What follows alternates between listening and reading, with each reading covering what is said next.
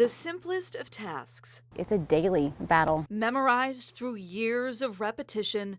I think about it all the time. Are still some of the most difficult to repeat.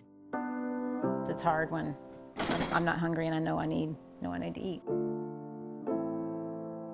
Because for Teresa Schaefer, food feeds her anxiety more than it fills her body. I was 17 years old. I started struggling with an eating disorder. I was actually hospitalized with anorexia. She knew she was in need of rescue, but so was someone else. At Horsehaven of Tennessee, If I can find Isaac's file here. founder Nina Margetson says there is one case she'll never forget. Where he had been chewing on the little barn he was in, just trying to get nourishment off the wood. His ribs were showing, his hip bones were protruding, his wither was sticking out, his top line was very prominent. Someone had starved Isaac all the way to death's door. When we went and picked him up that day, you could kind of notice in his eyes that he was like, oh, thank you, you're here.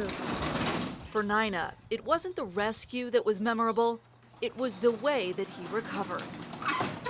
This horse had something special. The way it moved, its conformation, we just kind of waited for that right adopter to come along and give him that special chance he needed.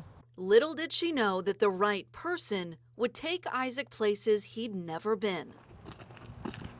When I got out of treatment, they really encouraged me to start doing something that I really love to do.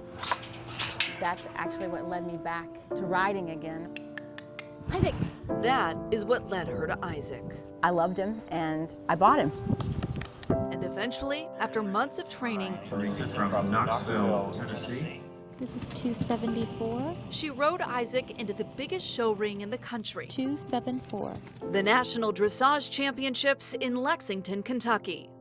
Honestly, I could not believe I was there. And then I couldn't believe that I was there on a rescue horse. Who would have ever thought that he could have gone and done anything of what he's done? Teresa and Isaac took second place in the National Pony Finals, Really, to me, one of the best memories of my life. but the real strides were happening at home. Good boy. I was riding last week. I realized, I was like, Teresa, you would never treat any one of your horses the way you've been treating yourself. The little horse that was saved from starvation rescued Teresa from herself. I would like myself to be more generous and kind to myself. And I think that is something for me that he shows me every day. Isaac now fills her with love, the nourishment she needs most. Isaac has certainly been a part of a rescue for me. It's just a great story.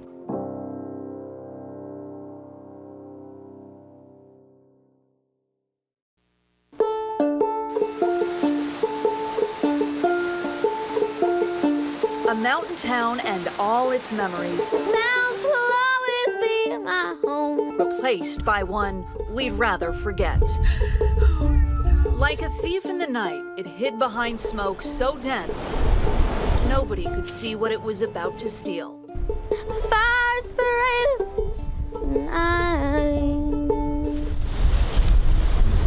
That wind became its weapon, creating a force to be reckoned with. Look out, thought, why is it all orange? We had to stay here and wait while we watched the flames all around the hotel. Honestly, I thought everybody was going to die. We're prepared for the worst and yet hoping for the best.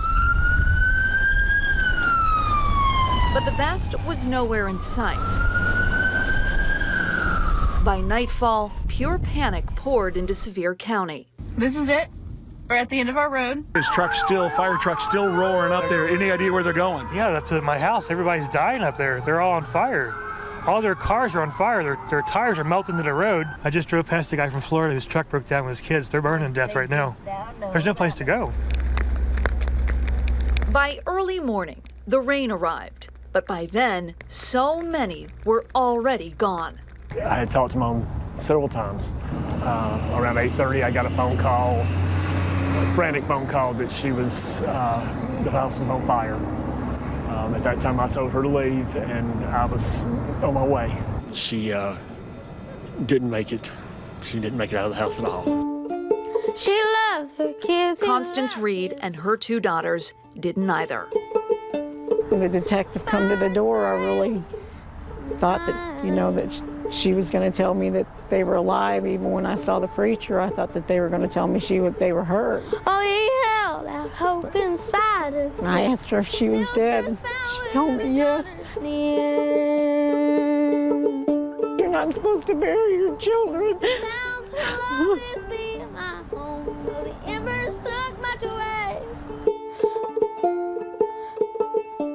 There have been 14 fatalities. How do you reconcile a number so high? Where the fires raged and did their will. Perhaps focus on the people who refuse to let it grow. We got 14 people out. Brian and Matt know Shields Mountain like the backs of their hands. I still had these boots on them. The 2 routes on and off of it better than any tourist who was there Monday night. There's lots of ruined lives. They used that to save what still had a chance. We went and knocked on the door and beat on it. Some we broke in, and we went around the whole development piece by piece. There was grandparents on this mountain. There were fathers. There was brothers, sisters, mothers. There were everyone up here. And, you know, we had to get them. They had no way off. If we hadn't come up here, they would either suffocated from the smoke or burned to death. Hardest part for me was not being able to check every cabin I missed.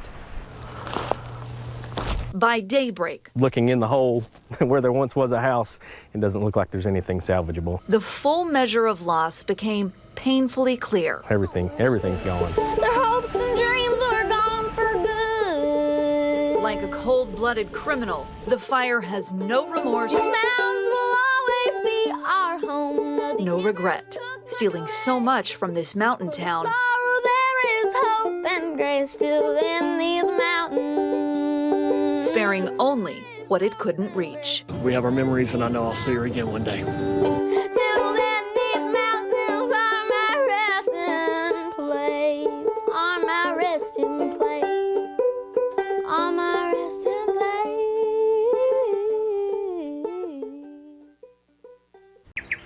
It's rare for a job to come with an office like this, where front gates lead to a haven of beauty. But even here, hope is a hard thing to hold on to. Things aren't always so pretty. When you are dealing with animals who have been abused and are suffering, it's hard to hold on to hope because you don't always win. The animal doesn't always make it. Stephanie Solomon has been with Horsehaven for 12 years. So this is Wonder's file. This is the case from which she has never recovered. Remembering Wonder is really difficult. A blind mare stranded on a hill, left behind by her owner. When we got to her up on that hill, she had eaten a circle around herself. And I mean, she could have walked 3 feet in any direction and had food to eat, but she didn't because she was scared. Stephanie and her team had only one way to get the starving horse down the hill. It seemed like forever. By sliding her on a tarp, then lifting her onto the trailer. We thought we had her rescued.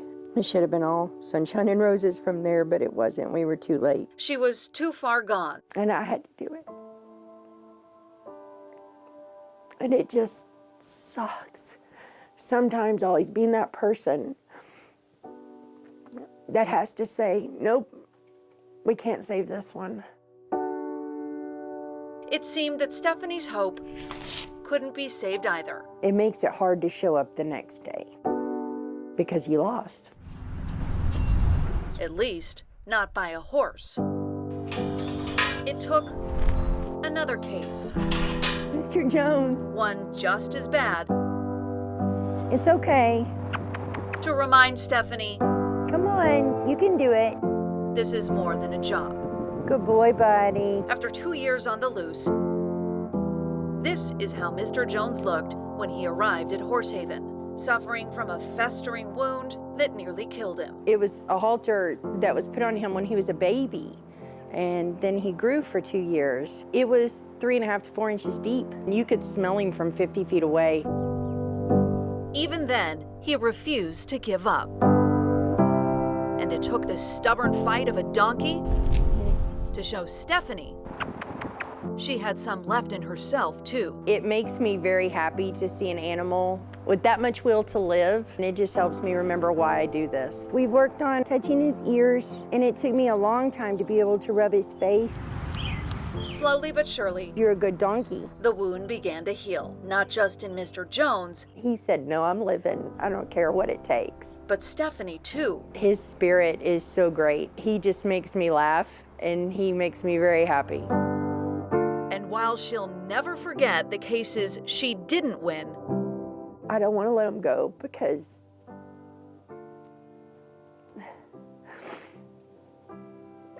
in some cases, I'm the only one that remembers them.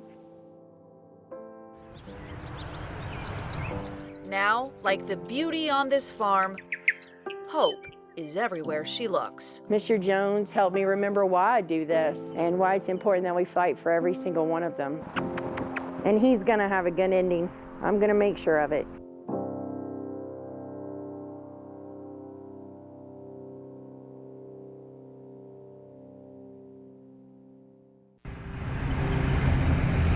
She was married at a mall, Knoxville Center, in the late 90s.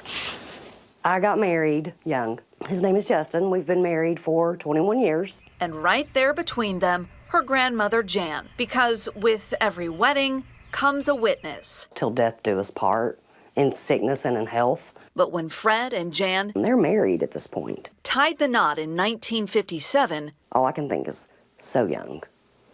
So young. Granddaughter Marty Smith was years away from being born. And although she missed the moments of their wedding, I was 5 when I moved in over there. She witnessed the decades of their marriage. They have that real love story that shows true love. Even at 77 years old, putting a finger on where it first started, this one, she was real young right there. Isn't hard for Fred. Probably love at first sight. And nailing down why he promised to love her She was something. isn't hard either. I loved all the something about her, you know. But in sickness and in health, Follow me. that was the one vow he had no control over. Every day for more than 7 years, Fred has made this walk. This time with a broken rib, and every time with a broken heart.